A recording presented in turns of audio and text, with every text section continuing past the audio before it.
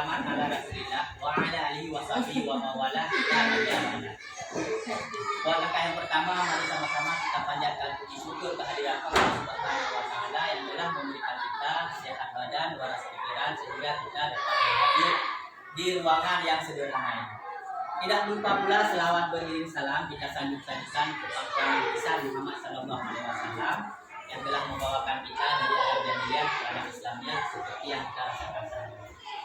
Yang saya hormati Bapak Ibu Guru SD Negeri 3 Bapia Barat yang telah sudi kiranya untuk hadir dalam acara penyebaran pemahaman penerapan pengalaman budaya positif di sekolah.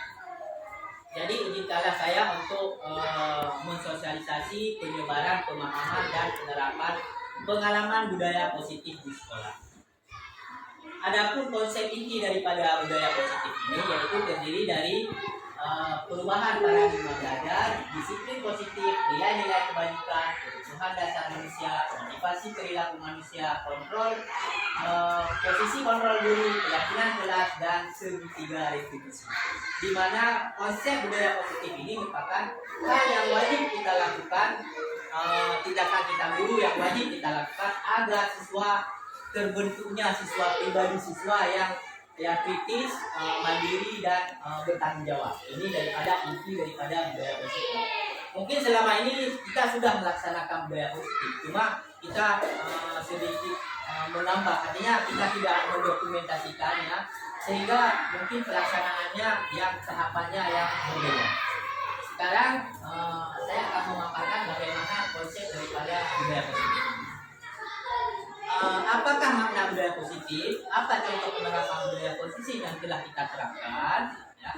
Jadi budaya positif merupakan nilai ataupun kebajikan dan kebiasaan di sekolah yang dilaksanakan yang berpihak pada murid sehingga terwujudnya murid yang pribadinya yang kritis, penuh hormat dan bertanggung jawab. Artinya semua kebiasaan yang kita lakukan di sekolah, mungkin kebiasaan kita di sekolah ini seperti senyum, salam, sapa, sopan santun, mungkin hal yang pernah kita lakukan.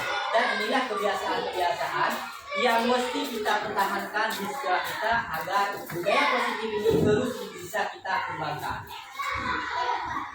Adapun perubahan itu yang pertama, konsep yang pertama daripada budaya positif itu yaitu perubahan paradigma. Adapun filosofi pendidikan Ki Hajar Dewantara tentang pendidikan, yang pertama bukan tabula rasa, yang kedua semua anak terlahir dengan bakatnya masing-masing, yang keempat, yang ketiga budi pekerti, yang keempat tugas guru yaitu menuntun bakat anak tersebut agar anak tumbuh dengan selamat dan bahagia. Artinya bahwa kita guru di sini tugas kita adalah menuntun, bukan menuntun. Artinya segala sesuatu yang diinginkan siswa, kita tuntun siswa.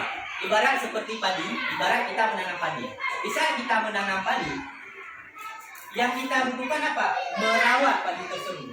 Enggak mungkin kita tanam padi akan tumbuh menjadi jagung.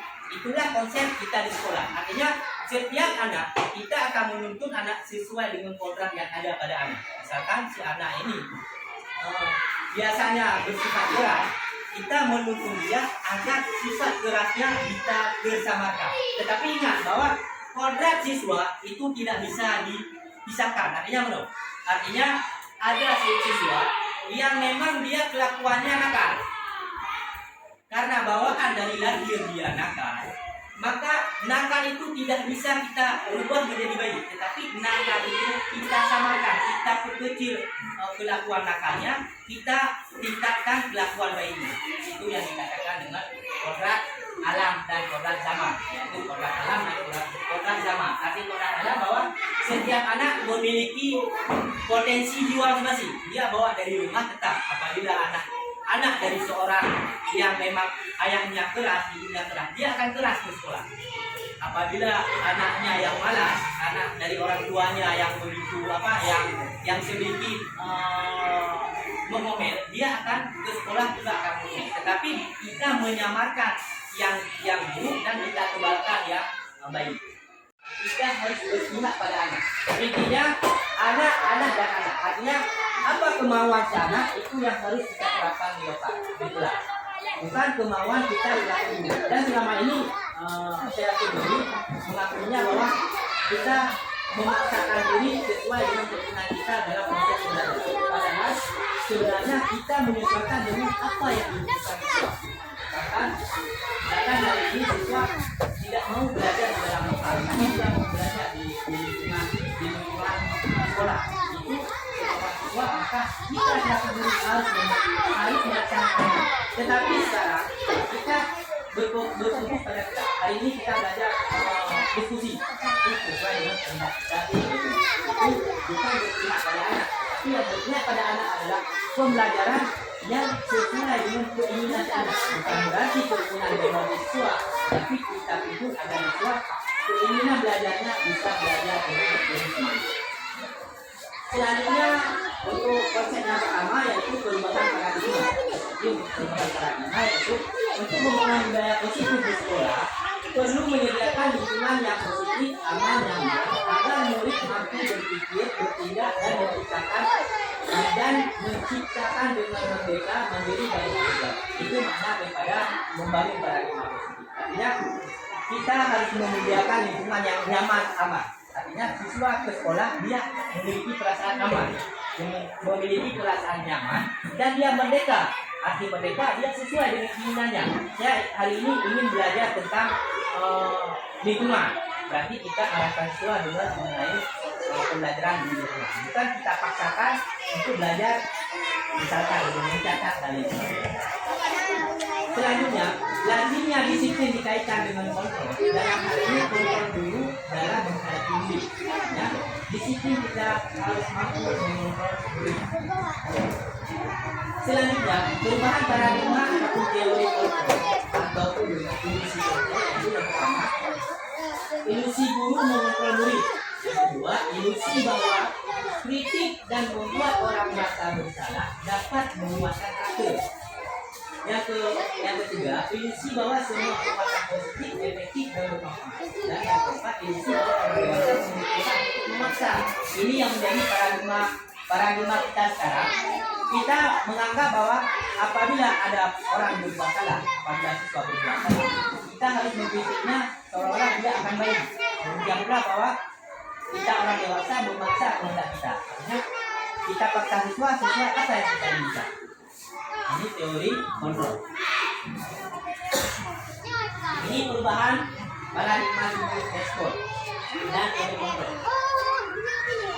Untuk stimulus respon, kita mencoba mengubah orang agar berpandangan sama dengan kita. Sedangkan teori kontrol, kita berusaha memahami pandangan orang lain tentang dunia. Sedangkan stimulus respon lagi perilaku guru dapat dilihat sebagai suatu kesalahan. Sedangkan di teori kontrol ini semua perilaku memiliki tujuan. Artinya bahwa si anak berperilaku melakukan hal salah bukan berarti dia suatu kesalahan baginya, tetapi dia melakukan kesalahan memiliki suatu tujuan. Misalkan seperti anak suka bicara ketika kita belajar. Kita menganggap hal salah, padahal dia memiliki tujuan dalam mengapa dia berbicara dan kita mengajar. Padahal tujuannya mungkin pembelajaran kita yang membosankan ataupun suasana kelas yang panas dan lain sebagainya, itu menjadi alasan siswa mengapa dia bicara. Tapi kalau stimulus respon, kita langsung memfonis bahwa dia berbicara dan mengajar langsung salah. Tapi di teori kontrol ini sebenarnya dia berbicara saat ada hal yang perlu ditingkatkan, tapi dia memiliki satu tujuan. Selanjutnya orang bisa mengontrol saya, sedangkan hanya Anda yang bisa mengontrol. Di stimulus respon kita berpikir ada yang menang dan ada yang kalah. Tetapi di teori kontrol ini pasti kita berpikirannya bahwa tidak ada yang kalah, tapi menang-menang. Ya. Selanjutnya tentang disiplin. Apa makna disiplin? Ya, kata disiplin sering dikaitkan dengan tata tertib, teratur dan kepatuhan pada peraturan. Sebenarnya kata disiplin tidak sering dihubungkan dengan hukuman. Padahal itu sungguh berbeda karena belajar dengan disiplin tidak harus dengan memberi hukuman. Disiplin itu adalah salah satu alternatif terlahir dan kalau perlu tidak digunakan sama sekali. Artinya sekarang kita sering kita pahami bahwa kalau disiplin yang tidak memiliki motivasi internal, maka kita memerlukan pihak lain untuk mendisiplinkan. Artinya apa? bahwa yang kita perlukan adalah motivasi internal. Arti motivasi internal, dia tergerak sendiri untuk melakukan, bukan paksaan dari orang lain. Sebenarnya paksaan dari orang lain itu merupakan disiplin eksternal. Misalkan seperti siswa datang terlambat. Apabila kita buat hukuman, apabila datang terlambat harus memetik sampah. Siswa datang lebih awal, bisa saja dia hanya takut untuk memetik sampah. Itu motivasi eksternal karena dia takut memetik sampah. Tetapi kalau motivasi internal, dia datang sekolah karena dia memang ingin mendisiplinkan diri agar dia bisa disiplin waktu untuk datang lebih awal. Itu perbedaan antara internal dengan eksternal. Eksternal karena paksaan, internal karena ada dari dirinya sendiri. Ya. Ini teori motivasi perilaku manusia. Ya, ini motivasi eksternal ada untuk menghindari ketidaknyamanan atau hukuman, itu merupakan motivasi eksternal. Apa yang akan terjadi apabila saya tidak melakukannya? Seperti yang saya katakan tadi, misalkan siswa datang lebih awal, apakah dia karena takut hukuman ataupun karena kebiasaannya untuk datang lebih awal? Yang kedua, untuk mendapatkan imbalan ataupun orang lain ataupun dari institusi. Misalkan apabila datang lebih awal, sekolah menerapkan memberikan uang sebesar sekian-sekian. Tapi apabila siswa datang lebih awal karena mengharapkan uang ataupun imbalan, itu merupakan motivasi eksternal. Nah, yang selanjutnya untuk menghargai diri sendiri dan menjadi insan yang sesuai harapan. Itulah yang dikatakan motivasi internal, tujuan daripada disiplin. Artinya bahwa kita akan menciptakan siswa agar dia memunculkan disiplin positif dari dirinya sendiri, bukan karena imbalan dan bukan karena hukuman, tetapi harus menghargai karena dia datang lebih awal ke sekolah, bukan karena imbalan atau hukuman, tapi karena menghargai diri sendiri, ingin menjadi insan sesuai dengan harapan dirinya. Itu teori perilaku motivasi perilaku manusia. Selanjutnya ada budaya positif. Lingkungan di dalam budaya positif. Budaya positif merupakan keyakinan nilai dari keseluruhan yang ada di sekolah. Di dalam budaya positif ada yang namanya lingkungan positif. Selanjutnya ada keyakinan kelas di tingkat kelas, dan yang paling kecil yaitu peraturan kelas. Ini merupakan konsep daripada budaya positif. Keyakinan kelas, hukuman dan penghargaan.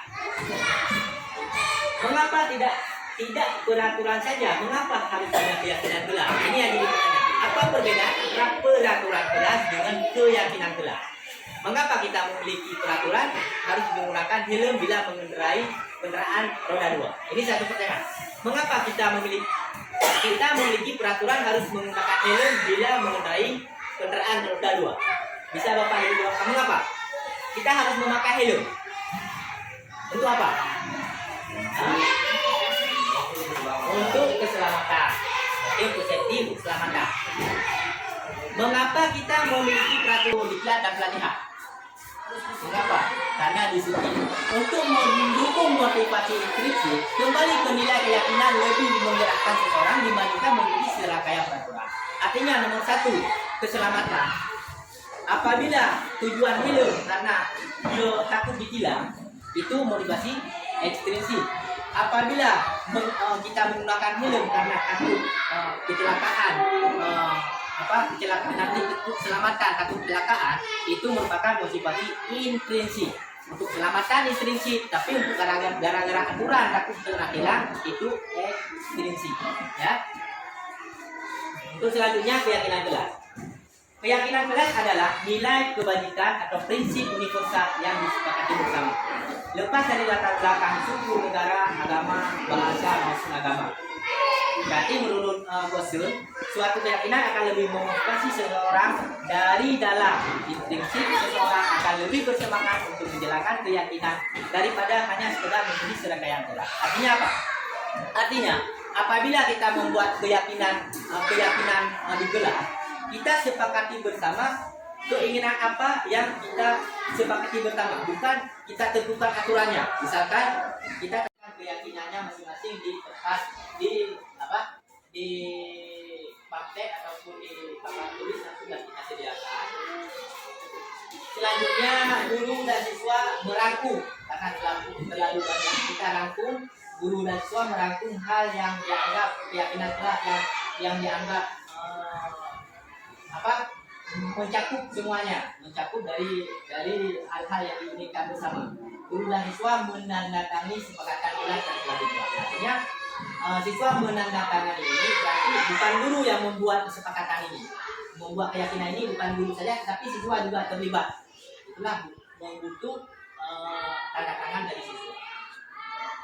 Selanjutnya adalah dihukum oleh penghargaan. Sebenarnya hukuman penghargaan juga merupakan salah satu hukuman. Kita beri penghargaan kepada siswa itu bukan satu hal yang baik, ternyata itu merupakan hukuman juga, karena dia berpengaruh dalam jangka pendek dan jangka panjang. Penghargaan bersifatnya hukum, penghargaan mengurangi ketepatan, penghargaan tidak efektif, dan penghargaan merusak hubungan. Artinya ternyata penghargaan ini tidak selamanya bersifat baik, tetapi dia bersifat menghukum juga. Tindakan guru, ini tindakan guru dan hukuman dan konsekuensi. Mencatat 100 kali di dalam buku kalimat "saya tidak akan terlambat karena terlambat ke sekolah". Ini merupakan hukuman atau konsekuensi. Jadi Bapak Ibu, pelajaran kita kata-kata mencatat 100 kali di dalam buku kalimat "saya tidak akan terlambat lagi", tidak akan terlambat lagi karena terlambat ke sekolah. Menurut Bapak Ibu itu hukuman ataupun konsekuensi? Yang pertama, konsekuensi. Yang kedua, lari mengelilingi lapangan basket 2 kali karena terlambat adik sekolah. Hukuman atau konsekuensi? Hukuman. Murid diminta untuk push up 15 kali karena tidak mengenakan masker. Hukuman. Menggantikan kertas tugas teman yang telah dicoret-coret. Konsekuensi. Membersihkan tumpahan air di meja tulis karena tersenggol pada saat belajar. Konsekuensi. Meminta murid untuk tidak mengenakan sepatu seharian di sekolah karena tidak mengenakan sepatu warna hitam. Hukuman. Lari mengelilingi lapangan bola basket 2 kali karena terlambat 20 menit untuk pelajaran PJOK. Hukuman. Berarti mencatat merupakan hukuman, mengelilingi hukuman, push up hukuman, mengganti kertas yang tercoret konsekuensi, membersihkan tumpahan konsekuensi, meminta murid disuruh untuk mengenakan sepatu seharian di sekolah karena tidak mengenakan sepatu warna hitam hukuman. Berarti mengelilingi bola basket selama 10 menit, yang selama 10 menit itu merupakan konsekuensi. Bukan hukuman? Kenapa bukan hukuman? Yang dikatakan hukuman dia bersifat pemaksaan. Sedangkan konsekuensi dia bersifat pembelajaran. Dan ini perbedaan hukuman dengan konsekuensi. Hukuman suatu yang menyakitkan harus terjadi. Sedangkan konsekuensi sesuatu harus terjadi. Yang hukuman membuat anak sakit, baik maupun fisik maupun sakit hati untuk jangka waktu lama. Sedangkan konsekuensi membuat anak merasa tidak nyaman dalam jangka waktu pendek. Ini perbedaannya. Anak membenci kedisiplinan, anak menghargai disiplin. Kalau hukuman bersifat paksaan, kalau konsekuensi bersifat ilmu tanggapan. Hukuman mendorong anak menyakiti diri sendiri, sedangkan konsekuensi mendorong anak agar mudah mendekatkan diri. Nah, konsep diri yang buruk, sedangkan konsekuensi konsep diri yang baik. Hukuman anak belajar untuk menyembunyikan kesalahan, sedangkan konsekuensi anak belajar untuk memahami aturan. Hukuman marah, rasa bersalah, dipermalukan, merasa tidak dihargai, sedangkan konsekuensi kehilangan hak, dibuat tidak nyaman, diasingkan untuk sementara. Itu konsekuensi. Adapun selanjutnya yaitu mengenai kebutuhan manusia. Karena setiap manusia kita membutuhkan suatu kebutuhan dasar, baik sebagai manusia, kita guru dan anak sebagai murid juga sebagai manusia. Sebenarnya kita membutuhkan kebutuhan dasar yang memang ini harus dipenuhi oleh setiap manusia. Wajib ada setiap manusia. Yang pertama cinta kasih dan terima. Ini semua orang ingin dicinta, ingin diterima. Yang kedua kesenangan. Setiap manusia ingin bersenang. Tidak ada manusia yang tidak ingin bersenang. Yang selanjutnya kebebasan. Tidak ada manusia yang ingin terkekang, tetapi setiap manusia butuh kebebasan. Selanjutnya bisa saja dia menguasai karena dia ada pemaksaan. Ada lagi, mungkin saja dia bertahan hidup karena dia benar-benar lapar. Tapi yang kesenangan itu Ya, ya sering kali meminta bakal makan siang di rumah. Berarti ini menandakan bahwa dia kebutuhannya penguasaan. Bisa saja penguasaan, bisa saja bertahan hidup, dan sebagainya. Ya. Dalam konteks penerapan disiplin positif, Ibu Ali sebaiknya mencari tahu alasan si Agus melakukan tindakan tersebut agar mengetahui kebutuhan mana yang sedang berusaha dipenuhi oleh si Agus. Apabila jawaban si Agus karena ia lapar dan orang tuanya tidak membawanya bekal makan siang, berarti kebutuhannya bertahan hidup. Apabila memang ketika kita tanya si Agus, memang tidak disediakan makan oleh orang tuanya, itu bisa saja kebutuhannya bertahan hidup. Apabila jawaban si Agus karena ia senang dengan temannya usil, temannya jadi memperhatikan dia, kebutuhannya adalah cinta dan kasih sayang. Apabila dia ganggu, butuh perhatian. Berarti kebutuhan yang diperlukan si Agus yaitu kebutuhan diterima. Apabila jawaban si Agus, dia merasa hebat karena temannya dicakung, ya, dan menuruti keinginannya, berarti kebutuhannya yaitu penguasaan. Apabila si Agus karena dia merasa bosan dengan bakal makan yang dibawa ibunya, karena selalu membawa bekal yang sama, berarti dia butuh kebebasan. Apabila si Agus jawaban si Agus karena iseng saja dan dia menikmati ekspresi wajah kawannya yang kesal saat dia ambil makan, berarti kebutuhannya kesenangan. Berarti semuanya bisa saja terjadi pada satu kelakuan siswa, tetapi yang intinya kita bertanya kepada siswa mengapa dia melakukan seperti itu. Bisa saja jawabannya setiap melakukan kesalahan siswa, bisa saja jawabannya bisa dia butuh bertahan hidup, kesenangan, kasih sayang, penguasaan, kebebasan, dan kesenangan. Itu merupakan semua bisa kemungkinan bisa terjadi pada satu kesalahan siswa. Ya. Selanjutnya inilah 5 posisi kontrol. Di saat siswa merasa sudah bersalah, kita selaku guru kita memiliki 5 posisi kontrol. Yang pertama posisi kontrol itu identitas gagal. Di posisi kontrol ada yang namanya motivasi identitas gagal, jadi kontrol dari luar, identitas berhasil dan sukses, kontrol dari dalam, dan identitas berhasil dan sukses, kontrol dari diri. Di mana di posisi kontrol ini kita selaku guru kita ada 5 posisi kontrolnya. Yang pertama kita guru bisa saja menjadi penghukum. Yang kedua kita guru bisa saja pembuat rasa bersalah. Yang ketiga kita guru bisa menjadi teman. Yang keempat guru ini bisa menjadi pemantau, dan yang kelima guru ini bisa menjadi manajer. Nah, berarti kita posisi guru mau tidak mau kita 5 posisi ini memang pernah kita laksanakan. Ya. Misalkan untuk penghukum menghadik, menundukkan, menyakiti, menyindir, itu bersifatnya apabila menghadik, menyindir itu sifatnya penghukum. Apabila pembuat rasa bersalah, berarti berceramah dan mengatakan seharusnya ibu kecewa dan sebagainya. Itu membuat si siswa merasa kecewa. Yang ketiga yaitu teman, membuatkan alasan-alasan untuk muridnya. Si murid bisa membuat satu alasan yang seperti teman. Yang kelima pemantau, yaitu pemantau menghitung dan mengukur. Sedangkan yang selanjutnya manajer, yaitu manajer mengajukan pertanyaan-pertanyaan. Misalkan contohnya untuk mengukur guru berkata, kalau kamu tidak melakukannya, awas. Rasakan. Itu contoh sifatnya pengukur. Kalau pembuat rasa bersalah, kamu seharusnya kamu sudah tahu itu telah lelah sekali mengatakannya. ibu stres dengan kamu, itu membuat rasa bersalah. Sedangkan kalau teman, ayolah lakukan demi ibu. Masa kamu tidak mau? Ingat, ibu tidak pernah ingat ibu tidak pernah bantu. Itu posisinya sebagai kawan.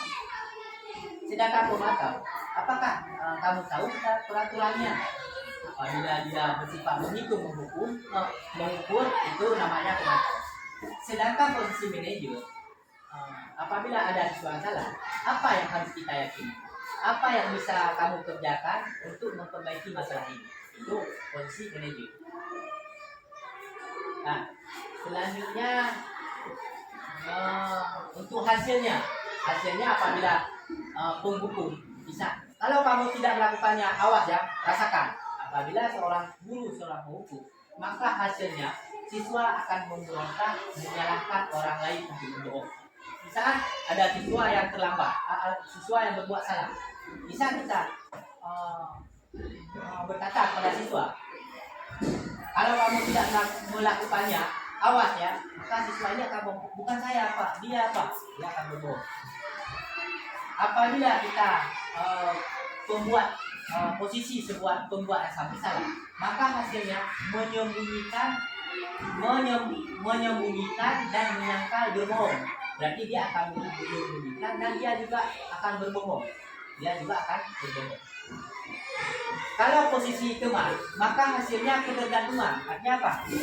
Ada siswa yang berbuat salah, tetapi dia nyaman cuma sama guru tertentu. Misalkan guru kelas 5, karena nyaman cuma guru kelas 5. Apabila ada guru kelas 6 masuk kelas 5, dia tidak akan nyaman. Dia tidak akan berbuat hal yang sama seperti gurunya. Tindakan memarah dan menggerak meja sudah sesuai dengan keyakinan jelas, itu merupakan meyakinkan siswa. Jadi menyatakan keyakinan apa yang dilanggar? Tentu jawabannya tidak. Keyakinan kelas mana yang kamu langgar? Siswa pasti saling menghormati antar teman. Iya betul. Menurut kamu saling menghormati antar teman itu penting tidak buat kamu? Itu siswa menjawab, penting Pak. Baik, menurut kamu itu penting. Keyakinan apa yang harus kamu lakukan? Keyakinan apa yang harus kamu lakukan jika kamu marah lagi? Kita tanyakan siswa lagi. Saya harus bisa bersabar Pak. Berarti tadi sudah ada keyakinan kelas yang dilanggar dan keyakinan kelas yang diperbaiki, yaitu bersabar. Kamu bersedia memperbaiki masalah ini? Apabila yang akan kamu lakukan untuk memperbaiki masalah ini, berarti apa yang dilakukan? Untuk bersabar apa yang dilakukan? Saya harus bisa bersabar dan menahan amarah saya. Kalau saya dicoba lagi, saya akan melakukannya pada guru mata pelajaran dan wali kelas. Itu pas jawaban dari siswa memperbaiki kesalahannya. Ya, betul, tepat jawaban tindakanmu. Tetap semangat belajar, silahkan kembali ke kelas. Ini merupakan proses daripada hidup. Ataupun restitusi merupakan tindakan yang cocok kita lakukan terhadap siswa yang berbuat salah. Jika apabila siswa berlaku salah, dia tidak menganggap kesalahannya sesuatu yang membuat dia gagal, tetapi akan memperbaiki dirinya dengan melakukan mitigasi. Mungkin sekian penyebaran pemahaman budaya positif yang ada di sekolah. Terima kasih atas waktu Bapak Ibu yang telah diberikan. Semoga pemaparan budaya positif ini dapat kita laksanakan di kelas sehingga menjadikan kita sebagai guru yang mampu berpihak pada murid, sehingga murid kita dapat terwujudnya murid yang pribadi yang penuh rasa tanggung jawab, kritis dan sekian. Wassalamualaikum warahmatullahi wabarakatuh. Waalaikumsalam warahmatullahi wabarakatuh.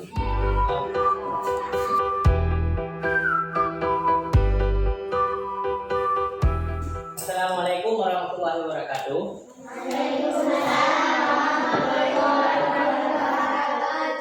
Mana kabar kalian hari ini? Ya, hari ini merupakan hari pertama kita masuk ke kelas. Sebelum kita melaksanakan pembelajaran, terlebih dahulu kita membuat aturan kelas ataupun keyakinan kelas. Apa itu keyakinan kelas? Keyakinan kelas adalah sesuatu yang kita sepakati bersama untuk kita taati. Ingat, sesuatu yang kita rancang bersama, satu aturan, satu kebijakan yang kita rancang bersama, dan harus kita taati. Misalkan, contoh aturan kelas,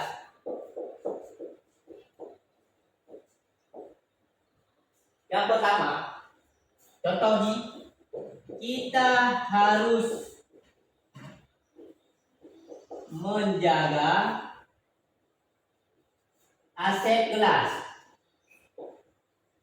Jadi sesuatu yang ada di kelas mesti kita jaga, baik itu spidol yang Bapak simpan di kelas ataupun lain sebagainya yang Bapak simpan di kelas itu merupakan harus kita jaga. Itu aturan yang pertama. Untuk selanjutnya, kalian buat aturan satu orang satu. Satu orang satu. Buat aturan menurut kalian, menurut apa yang kalian pikirkan dan harus bisa kalian lakukan dan harus kalian yakini. Jadi satu orang tulis keyakinan masing-masing ataupun aturan yang harus kita terapkan di kelas. Nah, silakan ditulis satu keyakinan.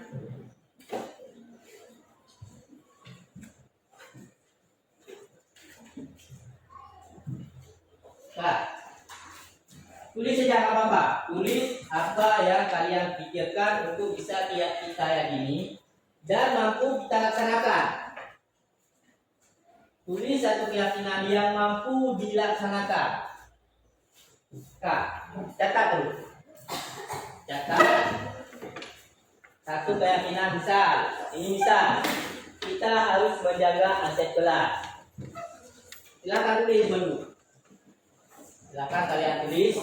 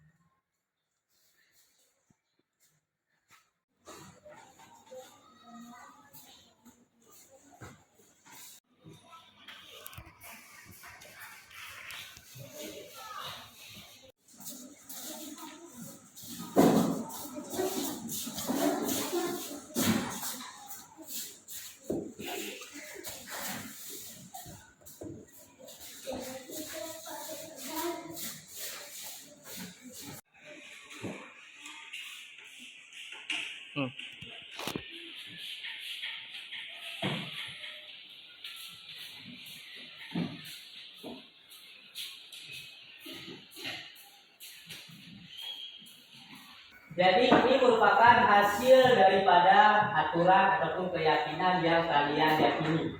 Di mana di sini ada saat membaca doa jangan bicara. Ini sambung aturan.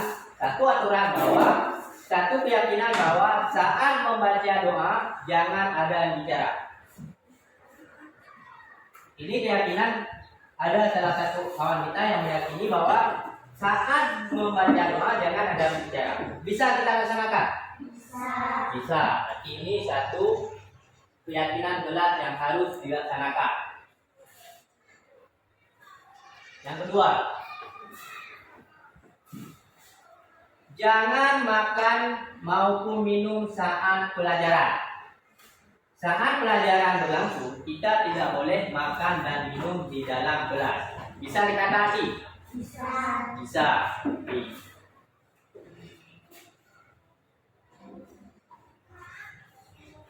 Selanjutnya, bertanggung jawab mengerjakan tugas piket. Bisa kita taati? Bisa. Berarti bertanggung jawab menjalankan tugas piket.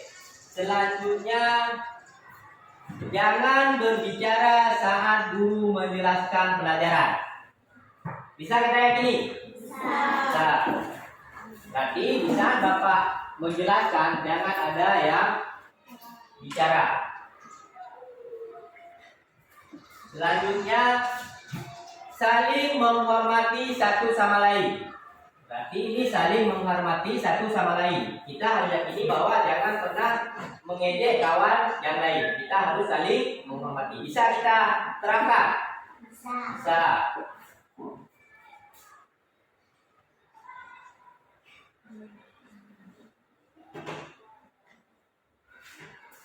Selanjutnya, saling tolong menolong.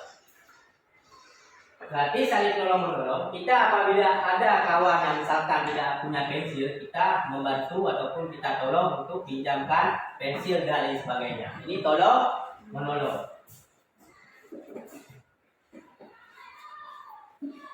Selanjutnya, kita berdoa sebelum belajar.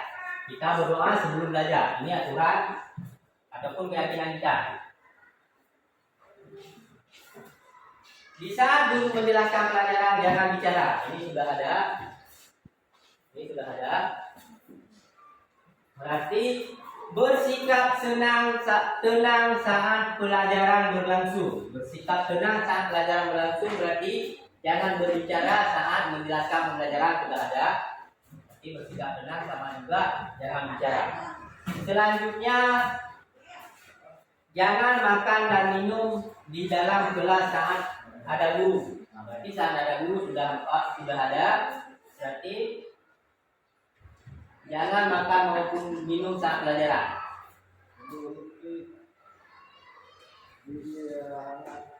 Nah, selanjutnya perhatikan penjelasan guru. Berarti memperhatikan penjelasan guru berarti jangan berbicara saat guru menjelaskan. Oke juga. Bersikap jujur. Berarti hanya menunggu, tidak boleh tidak bersikap jujur, artinya menipu. Bersikap jujur.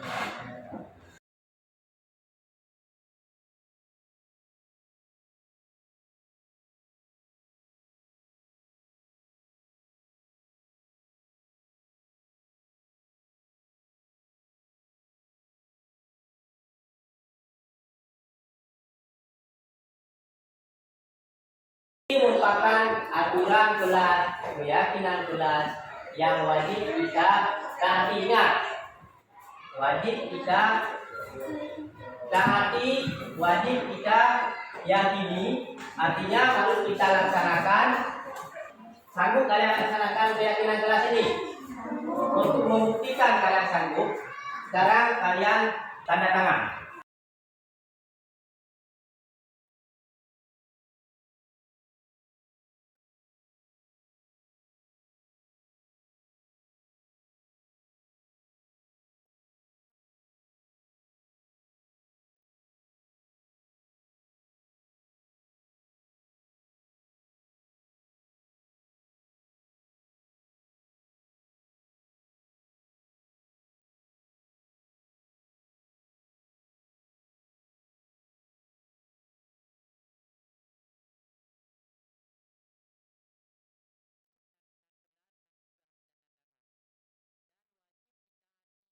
Keyakinan kelas yang sudah kita sepakati harus kita laksanakan dengan sepenuh hati. Ingat, ini bukan Bapak yang buat, tetapi kalian sendiri yang menentukan keyakinan kelas masing-masing. Ingat bahwa keyakinan adalah sesuatu yang wajib dilaksanakan, bukan hanya tulisan, tapi harus kita laksanakan dengan setulus hati. Mungkin ini aturan kelas yang kita buat. Sekian dari Bapak, kita selanjutnya kita akan masuki pelajaran. Untuk aturan kelas sudah selesai kita buat. Mungkin sekian. Assalamualaikum warahmatullahi wabarakatuh.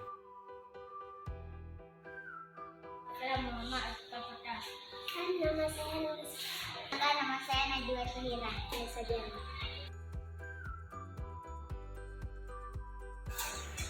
Semangat. Senang dan seru. Senang sekali.